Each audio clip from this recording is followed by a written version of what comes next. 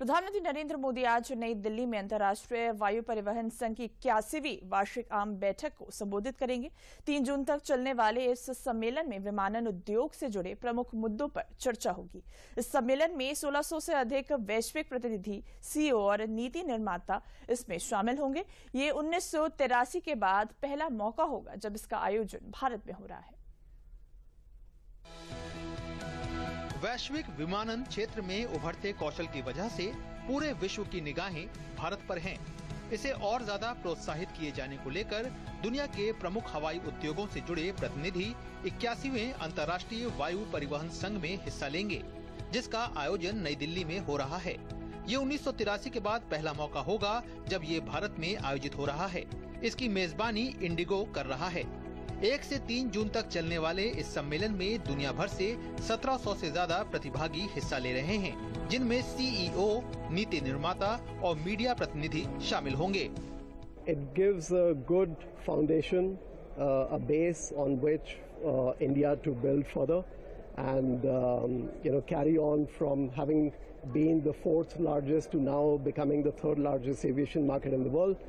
I think the trajectory is indeed right. कार्यक्रम में प्रधानमंत्री नरेंद्र मोदी मुख्य वक्ता होंगे, जो वैश्विक विमानन मंच पर भारत की बढ़ती भूमिका को दर्शाता है। वार्षिक आम सभा के बाद आयोजित होने वाला विश्व वायु परिवहन शिखर सम्मेलन विमानन क्षेत्र के भविष्य पर केंद्रित रहेगा, जहां सतत विकास, नवाचार और वैश्विक संपर्क जैसे अहम मुद्दों पर चर्चा होगी। Reference to India, it is now the 3rd largest aviation market in the world.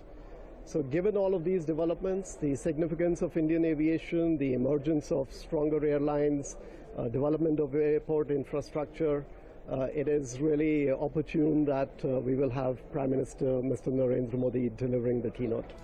Bharat का विमानन क्षेत्र तेजी से उड़ान भर रहा है। यह लगभग 3,70,000 लोगों को सीधे रोजगार देता है और $5.6 बिलियन की अर्थव्यवस्था में हिस्सेदारी करता है। पर्यटन और अप्रत्यक्ष प्रभावों को मिलाकर ये आंकड़ा बढ़कर 77 लाख नौकरियों और $53.6 बिलियन का योगदान बन जाता है, जो भारत के सकल घरेलू उत्पाद का 1.5% है। जब वैश्विक विमानन उद्योग अपने भविष्य की दिशा तय कर रहा है, तो दुनिया की निगाहें टिकी है नई दिल्ली पर। रिकॉर्ड भागीदारी और उच्च स्तर की बातचीत के साथ भारत न सिर्फ IATA की मेजबानी कर रहा है, बल्कि नेतृत्व भी दे रहा है।